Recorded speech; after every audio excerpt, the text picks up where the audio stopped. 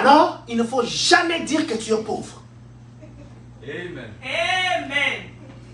Parce que même si la pauvreté était loin de toi, quand tu commences à confesser la pauvreté, tu vas commencer à t'identifier à la pauvreté pour devenir comme la pauvreté, parce que c'est de la confession que nous devenons ce que nous devrions être. Amen. Ne dis plus les gens ne m'aiment pas, parce que ceux qui t'aiment sont plus nombreux que ceux qui t'haïssent. Amen. Amen. Yes. Amen. Amen.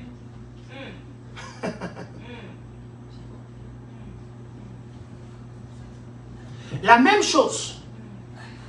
Quand nous commençons à dire, à parler comme le monde parle, nous commençons à nous identifier à eux comme le monde. Tu es un enfant de Dieu, mais tu parles le langage du monde. Ah, c'est la souffrance. Ah, c'est juste ces choses. Ah, vraiment, moi. Donc, comme tout le monde se lamente, toi aussi tu te lamentes. Oui. Ici, je veux que nous comprenions quelque chose. Nous n'ignorons pas la réalité des faits. Mais nous refusons à confesser la chose parce qu'on va s'identifier à ça. Amen. Amen. On va devenir comme. Et si vous voulez comprendre ces mystères, lisez seulement les évangiles. Regardez seulement quand Jésus parlait, il ne parlait jamais le langage de son temps. Jamais. On lui dit Lazare, il est mort, lui il dit Lazare dort. Il a refusé de confesser la mort.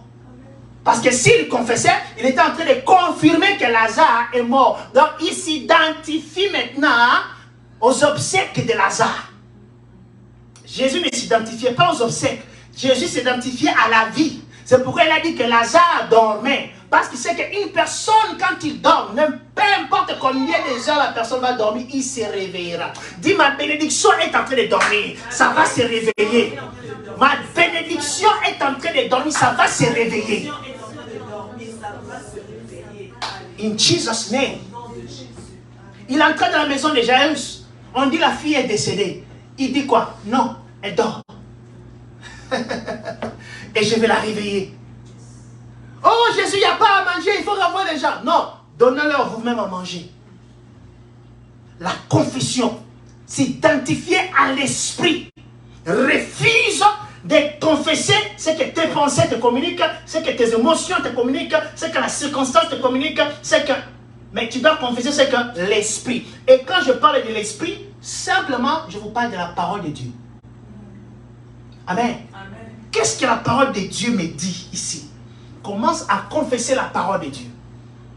Des riches qu'il était, il s'est fait pauvre pour m'enrichir. Je ne suis pas pauvre. Non parce que j'ai besoin de la richesse. Non, je ne suis pas pauvre parce qu'il y a un homme qui s'est fait pauvre pour m'enrichir. Et c'est mon papa et c'est Jésus-Christ. Je le confesse ce matin, je suis riche. Ma maison est bénie, ma poche est bénie, ma vie est bénie, ma maison est bénie, ma santé est bénie. Parce que mon papa est riche. Je suis riche. Je refuse de confesser la négativité. Je refuse de penser que j'ai besoin de ceci, cela. Non! Mon papa est riche, je suis riche. Sinon, tu vas commencer à confesser les circonstances pour t'identifier à la chose. Amen. C'est pourquoi un enfant de Dieu ne chante pas n'importe quelle chanson parce que tu t'identifies à la chose. Et à la personne. Ce qui fait de la chanson chrétienne, ce n'est pas le nom de Jésus, Dieu chanté, mais c'est la vie de la personne. Tu peux être chrétien, mais la chanson que tu as chantée, ce n'est pas la chanson chrétienne. It's your life first. Parce que les gens vont s'identifier dans ces chants-là quand nous chantons. Amen. Quand nous chantons ces chants-là, peu importe, c'est inspiré par Dieu, mais c'est passé par un instrument qu'il a utilisé sur terre. Toi, tu es le canal par lequel le Seigneur nous a communiqué quelque chose, nous a communiqué un message. Et si toi, tu ne le confesses pas, c'est-à-dire que tu ne marches pas comme Jésus, automatiquement, nous qui chantons la chanson que tu as chantée, on commence à marcher comme toi. Dis avec moi, plus jamais dans ma vie. Amen. Jésus a dit une chose. Le chemin qui mène à la mort, elle est vaste, grande. Et beaucoup de gens y vont. Mais le chemin qui mène à la vie, c'est resserré. Peu de personnes qui entrent. Vous pensez que la vie chrétienne, c'est une vie de libertinage. C'est une vie où tu peux faire n'importe quoi. Ou une vie où bien tu peux te relaxer. Non, c'est une vie remplie de conditions. Remplie de conditions et de principes. Pour que tu marches avec le Dieu d'Abraham. Amen. La confession. Maintenant, la deuxième catégorie que je vais vous parler maintenant de la confession, c'est... Bon, je ne suis pas un bon dessinateur. Hein. Si vous allez rire, c'est bien, hein. Excusez-moi pour ça. Je ne sais pas. Là, Dieu m'a privé ça. Ok. Amen. La deuxième puissance de la confession, c'est personne. C'est une seule personne. Ici, c'est le corps. Ça, c'est l'âme. Et ça, c'est l'esprit.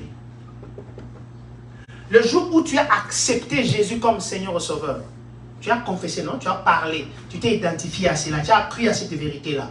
Le Saint-Esprit vient ici. Oh. C'est cette partie qui est régénérée à l'instant. C'est cette partie. De la même façon qu'on voit nos bébés, ils sont, comme les enfants naissent là. Ton esprit était né ce jour-là. Si tu ne connais pas les jours précisément, mais au moment de, on prend aussi la référence dans le baptême. Parce que pendant le baptême, on fait encore la confession. On va servir Jésus pendant toute notre vie. On l'accepte, patati patata. Donc le jour où tu as été baptisé dans les eaux, tout ça là, cette partie a été recréée. Amen. Maintenant, dans la partie de ton âme, ici.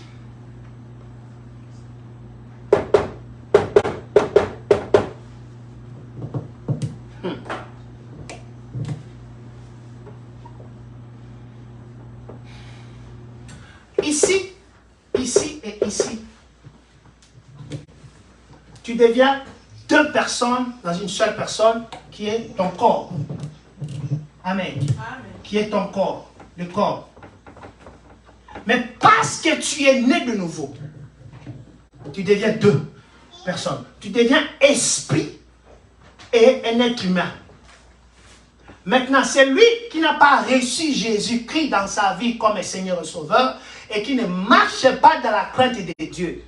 L'esprit qui est ici, c'est l'esprit adamique. C'est l'esprit qui est habité par les démons. Et cet esprit est nourri à partir de l'âme. Parce que les démons commencent, pour votre information, quand on parle de la malédiction générationnelle, ça ne commence pas quand quelqu'un sort du ventre, ça commence dans la sémence de l'homme. Et ça entre dans les ovules de la femme, dans les ovaires de la femme. Donc quand la femme est en train de concevoir, pendant les 9 mois là, elle est en train de concevoir aussi la malédiction familiale, le blocage, le problème, parce que c'est là où les démons passent, par les spermes de l'homme vers la femme. Et les organes génitaux, ce sont des grandes portes des démons. Ok. Les organes génitaux, hein? Yeah. Parce que ça devient un peu compliqué. Maintenant, revenez ici. I want to show something. Quand tu es né de nouveau, comme je vous ai fait, je reprends maintenant les dessins. Tu es comme ça. Petit comme ça. Ça, c'est toi. Et avec un grand Dieu ici, tout ça là, ça c'est Dieu. Mais ton âme n'a pas changé. Ton âme n'a pas changé et ça ne changera jamais. Les démons qui résidaient dans l'esprit adamique quand tu étais né, maintenant tu es né de nouveau, l'esprit là est automatiquement mis à mort par Dieu. Comme Jésus-Christ avait crucifié la chair sur la croix. Automatiquement cet esprit-là est mis à mort. Et qu'est-ce qui se passe? Les démons maintenant, ils vont venir maintenant s'installer ici dans l'âme. C'est là qu'ils vont s'installer. Et maintenant, ils vont commencer à construire ou à constituer une barrière entre Dieu qui est ici, dans ton esprit, pour la manifestation physique qui est ton corps. Maintenant, entre ton esprit et ton corps, il y a qui? Il y a ton âme. Il y a ton âme qui est là. Et cette âme ici, toutes les pensées diaboliques, sataniques, toutes les pensées du péché, tout, ça va venir maintenant, c'est condensé ici. Leur objectif maintenant, c'est faire la guerre contre cet homme qui est ta nouvelle nature. Et ils vont travailler avec qui? Avec ton corps, et ton corps qui travaille avec le monde. À chaque fois que tu manges la nourriture, qui n'est pas la nourriture physique dont je parle, à chaque fois que tu fais un péché, ou tu commets un péché chéri, un péché attaché à toi, une addiction, c'est la nourriture des démons qui est dans ton âme. Et ça passe au travers du sang de ton père ou de ta mère, parce que tu es mélangé. Tout être humain a deux sangs, le sang du papa et le sang de la maman. C'est pourquoi Jésus n'avait qu'un seul sang. Il n'avait que le sang de la maman. Il n'avait pas le sang du papa. Il n'avait pas le sang de Joseph. Il n'y avait que l'esprit s'est mélangé avec le sang de Marie comme une femme pour créer un être humain. Au même moment, Jésus devenait un être négatif et non positif. Je ne sais pas si vous comprenez ces choses. Il faut reprendre ça. Jésus n'a pas connu positif et négatif pour être un être humain. Mais il est passé par la voie normale, virginale, pour naître comme un être humain, parce qu'il a connu le mélange avec le sang de Marie, sa mère. Or, sans l'homme, l'être humain qui est en train de naître n'est pas vraiment un être humain, c'est un esprit. Mais maintenant, pour que Jésus soit un être humain, il doit passer maintenant dans le processus de la conception, respecter ces 9 mois. Maintenant, vous allez être en accord avec moi que la sémence qui était entrée dans le ventre de Marie, ce n'était pas le sperme humain. Et ce n'était même pas le sperme. C'était juste la présence de Dieu. C'est entré dans le ventre d'une femme. Et cette présence commence à créer un être humain.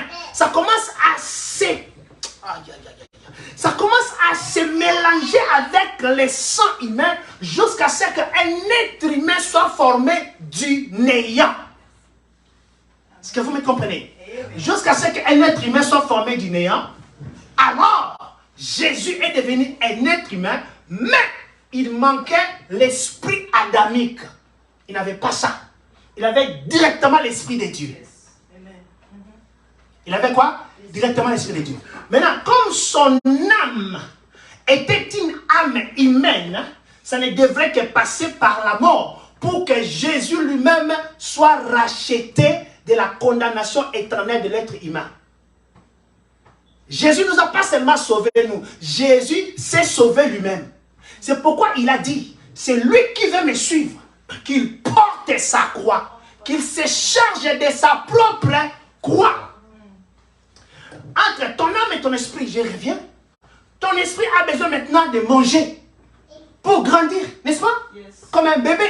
Un bébé qui ne mange pas, il aura la malnutrition. Yes. Beaucoup de chrétiens ne mangent pas. Quand vous partez à l'église, on vous prêche, ce sont des slogans. Ça entre dans l'âme, ça réjouit l'âme. L'âme est excitée, l'âme est contente. Mais l'esprit est malheureux. Parce que l'esprit ne reçoit pas ce qu'il faut pour grandir, afin que l'âme, l'esprit devienne géant et que l'âme devienne petite. Quand maintenant ton esprit va devenir grand et ton âme devient petite, à ce moment-là, tu deviens homme spirituel. Amen. Maintenant, les démons de la famille, les démons de blocage, de malédiction vont être, écoutez ça bien, une personne peut parler en langue, cette personne est possédée. Une personne peut prêcher comme je prêche, vous êtes bénis, mais la personne est possédée. Une personne peut opérer le miracle, la personne est possédée. Il y a 7 choses dans la dimension spirituelle qui doivent arriver pour que tu sois rempli de la plénitude du Saint-Esprit et que tu opères au niveau du spirituel. Je réponds maintenant le corps, âme. On est seulement dans la confession, n'est-ce pas? Yes.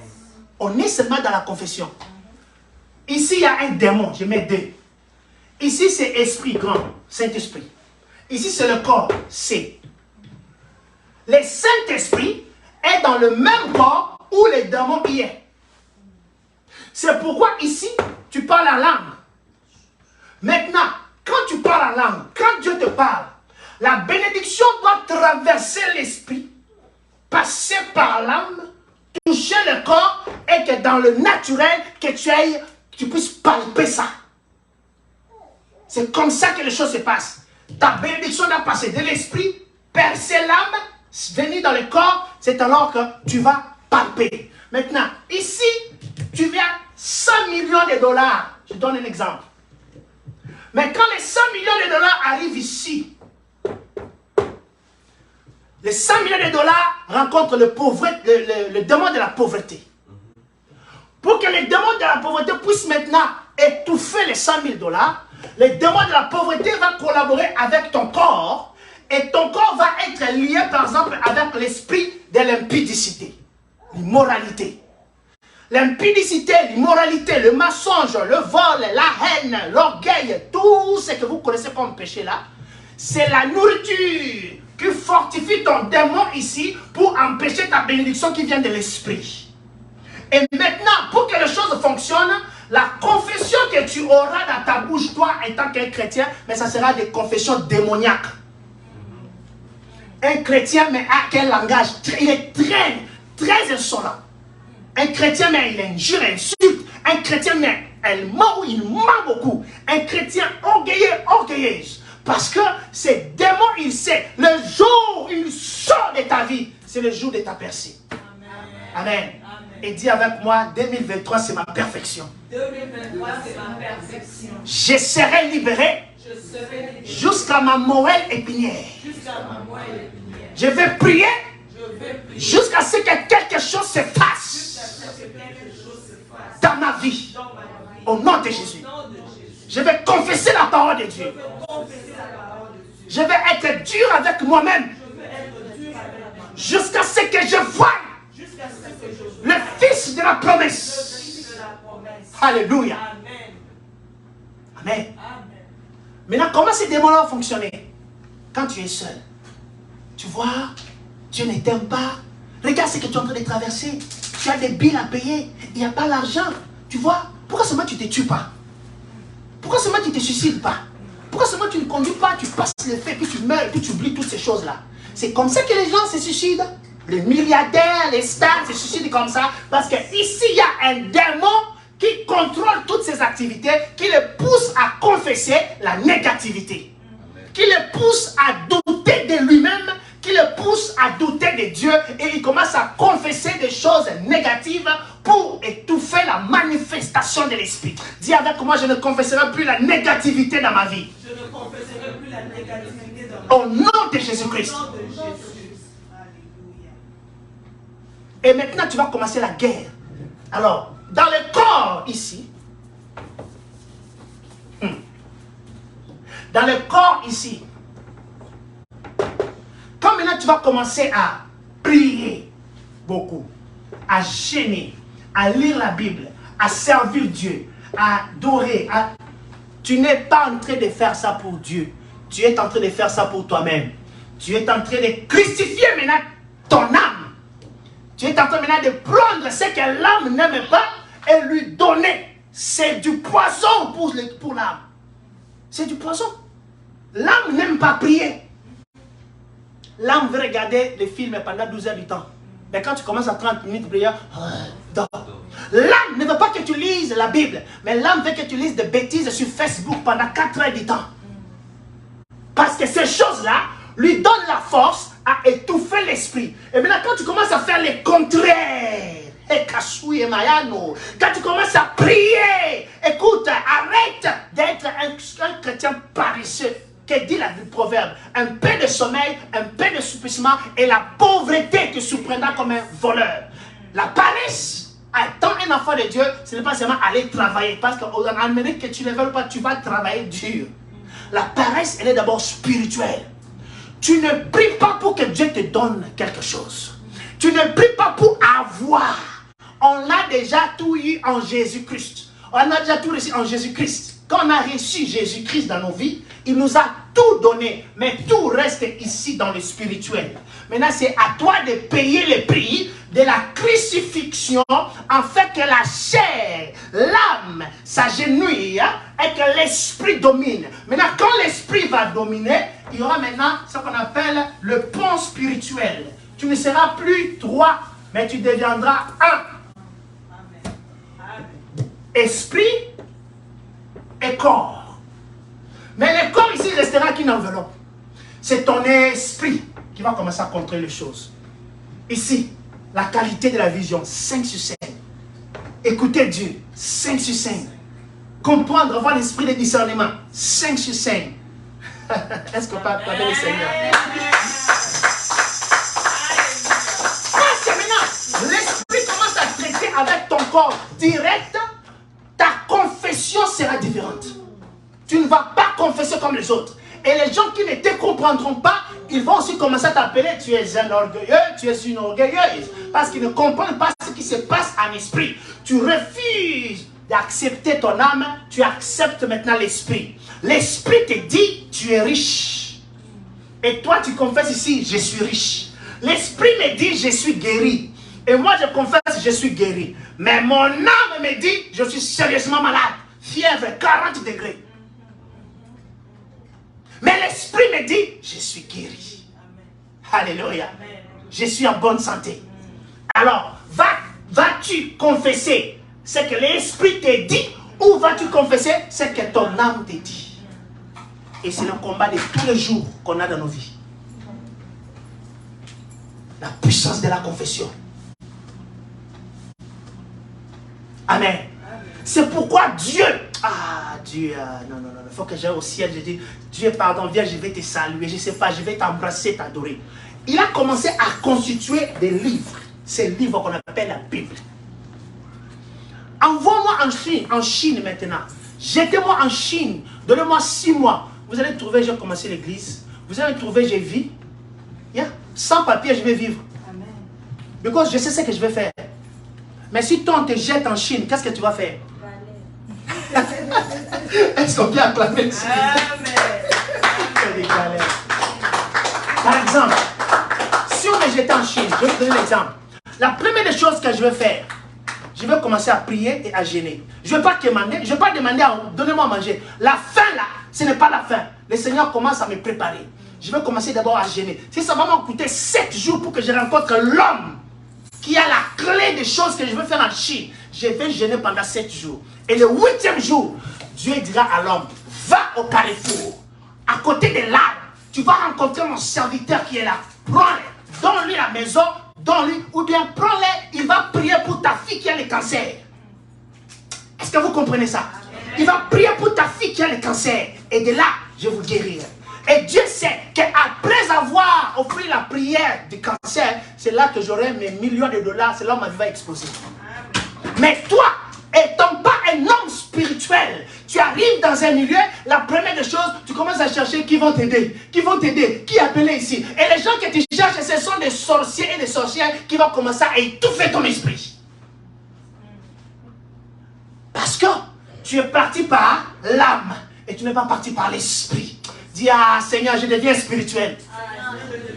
Dis, ah, je deviens spirituel. Amen. Vous voyez par exemple, tu arrives dans un milieu, tu ne connais personne, commence d'abord à chercher Dieu. Ne cherche pas des gens, cherche Dieu. Dieu va envoyer des gens qu'il te faut. Sinon, le diable va envoyer les gens qu'il te faut. Ils viendront avec l'apparence de t'aider, mais ce sont tes destructeurs. Ce sont tes destructeurs. Ce sont des agents qui vont t'étouffer à devenir ce que Dieu veut que tu deviennes. Parce que tu n'as pas suivi l'esprit, tu as suivi la chair. Dors dehors, sois content, ne pleure pas. Dors dehors, à minuit, et lève tes mains.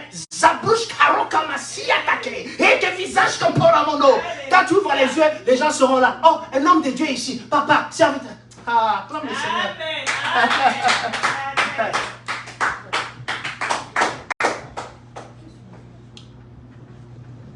La confession, elle est puissante quand tu le fais avec ton esprit. Refuse d'être émotionnel, refuse d'être circonstanciel et refuse d'être une personne de pensée. Amen. Il y a des gens, ils commencent à beaucoup prier parce que maintenant le docteur a dit qu'il te reste qu'une année de vivre. Une année à vivre. Il prie maintenant beaucoup parce que son fils, sa fille est constamment malade. Là, tu es circonstanciel. Donc la prière que tu dois commencer pendant ces moments-là, c'est la prière de la repentance. Ce n'est pas la prière de demander. Parce que maintenant, Dieu va utiliser la circonstance pour te ramener auprès de lui. Et de là, maintenant, il va te donner la solution. Amen. Mais quand tu commences à prier par rapport à la circonstance, au nom de Jésus, Seigneur, agis, il ne t'écoute même pas. Parce que la confession que tu fais, c'est poussé par circonstance. Amen. Amen. Au milieu de la tempête, dors.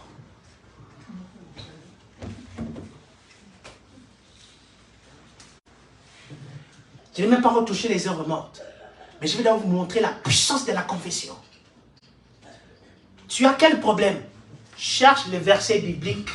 Aujourd'hui, on a Google. Aujourd'hui, on a Internet. Tu as quel problème? Cherche le verset biblique qui part avec le problème. Et commence à parler le langage de la Bible.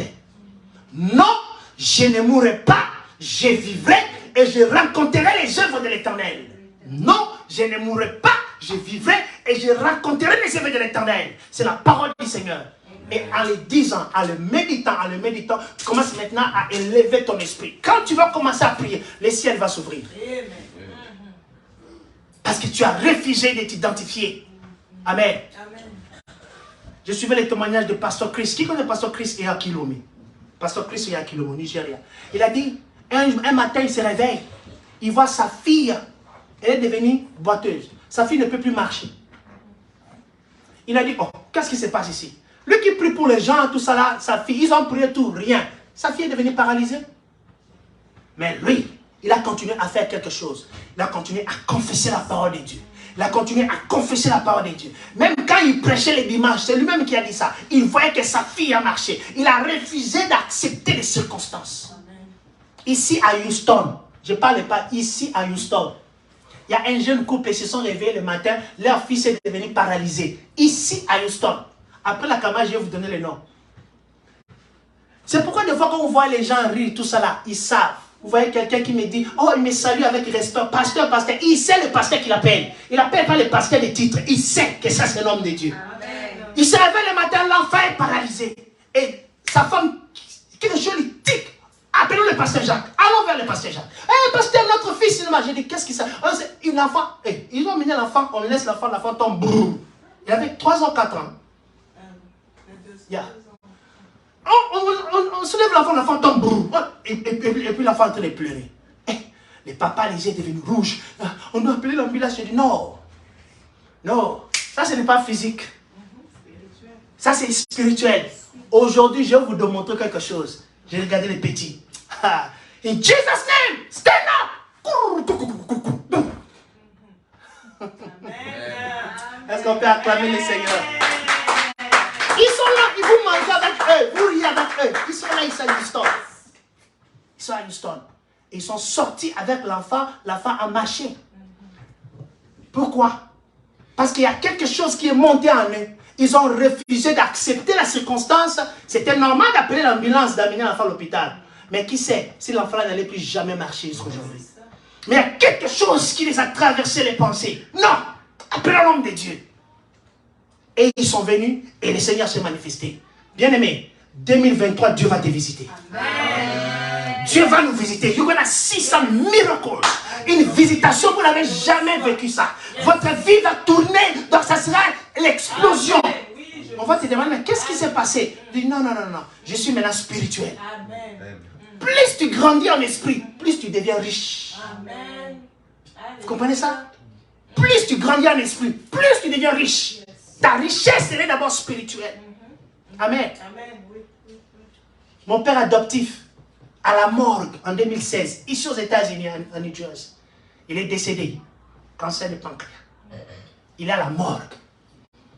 Maman charmante par l'échographie de bébé Raphaël. On lui dit, l'enfant ne peut pas naître parce que l'enfant a un trou dans sa colonne vertébrale et l'enfant a l'eau dans le cerveau, on a des bébés qui ont des problèmes, mais là, ce n'est pas un être humain. C'est comme un végétable, c'est comme les légumes que vous avez, que ta femme, que tu as. Alors, il faut appeler ton mari, parce qu'on doit te faire, comment on appelle ça? On doit enlever l'enfant. On doit le faire l'avortement aussi, comment vous appelez ça, je ne sais pas encore. On doit avorter l'enfant. Je vous dis, mon père adoptif est à la morgue. On doit faire les funérailles le samedi. Jeudi, elle est à l'hôpital. On dit que non, on doit enlever l'enfant parce que le résultat, tout est sorti positif. C'est un, on appelait vegetable, non a human being. L'eau au cerveau, trou dans la colonne vertébrale. Et ils ont appelé l'homme qu'il ne fallait pas appeler. Et c'est le docteur qui me dit, can you come, Mr. Jack? Yes, come please in the hospital. It's an emergency. Quand les docteurs t'appellent comme ça, ils disent que c'est sérieux. J'ai tout laissé, je suis arrivé là.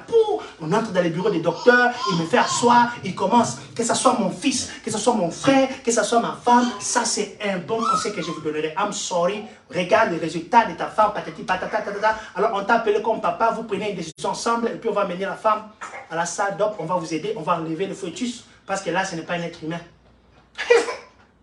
J'ai regardé les docteurs, et j'ai dit, mais cet homme ici, à qui il parle? Bon, j'ai dit, bon, si je parle brutalement, on va penser que ma tête a sonné à cause de la nouvelle. Je vais être calme. J'ai dit, ok, toi tu as parlé. Tu dois me laisser le temps avec ma femme, aller se consulter dans la maison, prendre la décision de l'enfant. Il dit, oui, tu l'appelles l'enfant, mais je te dis, c'est bien. Hey, sir, slowly. C'est moi qui vais décider, non? Donne-moi le temps, on reviendra. Ok. Vous savez, en Amérique, c'est fréquent, tu ne peux pas forcer quelqu'un. Ok, on m'a donné combien de jours? Tu sais, une semaine. Next Monday, we have to come. But avant qu'on fasse ça, vous savez ce qu'on nous a fait? Qu'on m'a fait? On m'a dit, on va te donner les papiers, tu vas signer. Si tu refuses qu'on enlève cet enfant et que cet être-là naissait, le gouvernement américain ne va pas le prendre en charge. Parce que tu as refusé de faire ce qui était nécessaire. C'est yes. Deuxièmement, on m'a dit, il faut aller au laboratoire, on doit prendre ton sang, faire des examens, voir si vous avez un problème. J'ai dit, rubbish. Je suis sorti. Allez, on est parti, on est entré dans la voiture. Et la maman chamate me pose la question, bon, maintenant qu'est-ce qu'on va faire? J'ai dit, hey, son père n'a pas fini le processus de la création. Toi et vos docteurs, vous précipitez. Laisse-moi ça, n'importe quoi. Let's go home. Le ciel me voit. Je n'ai jamais prié pour ça. J'ai refusé même d'acte. C'est même pas entré comme encre dans ma tête. Oh, mais non. Mais quand je suis entré dans la maison, le ciel a parlé. Il a dit, tu voulais lui donner ton nom Jacques Divin. Non, ça c'est pas Jacques. Son nom c'est Raphaël. C'est là où son nom, il dit son nom c'est Raphaël. Et j'ai regardé sa maman, j'ai dit, le ciel a parlé. Son nom, ce n'est pas Jacques Divin ou Junior. Ou son nom c'est Raphaël. Parce qu'il est l'ange de la guérison. Amen. Le following week, la semaine suivante qu'on devait partir, là, les samedis, on doit enterrer mon père. On a fini de finir tout ça. Le lundi, mardi, elle devait repartir. Elle n'est pas partie. J'ai dit, tu ne pars pas. Elle va aller seulement next appointment que le docteur donne normalement pour voir comment la femme grandit. Elle est partie. La même infirmière qui avait amené le résultat négatif, elle est repartie dans le même hôpital. Elle est entrée dans la salle. Ils sont partis dans l'échographie. Dites, pasteur, dis la suite. L'échographie sort. L'enfant en bonne santé. Everything perfect. La femme a crié. Hey, what is this? Et ma chemin a dit, we are Christian. La femme a dit, yes. Moi aussi, je suis chrétien, mais ça là, on n'a jamais vu ça. Ici? I have a story avec Dieu. Je ne vous dis pas je ne vous raconte pas des histoires, mais je vous parle de l'expérience avec Dieu.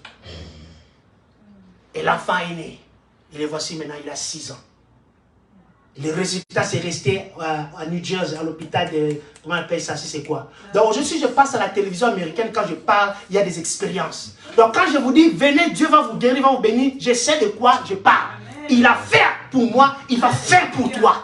Amen. Parce que je refusais de confesser ce que le médecin est en train de dire. Je refusais de confesser ce que la circonstance est en train de dire. Je refusais même d'écouter mes émotions. J'ai rejeté tout en bloc. Nava. Où? Qui? Avoir un enfant handicapé? Qui? Moi? Vous avez mal choisi l'adversaire. Allez! We're not gonna pray. Parce que si je prie à l'émotion. Parce que je sais que l'enfant est normal. Comme l'enfant est normal, je ne prie pas.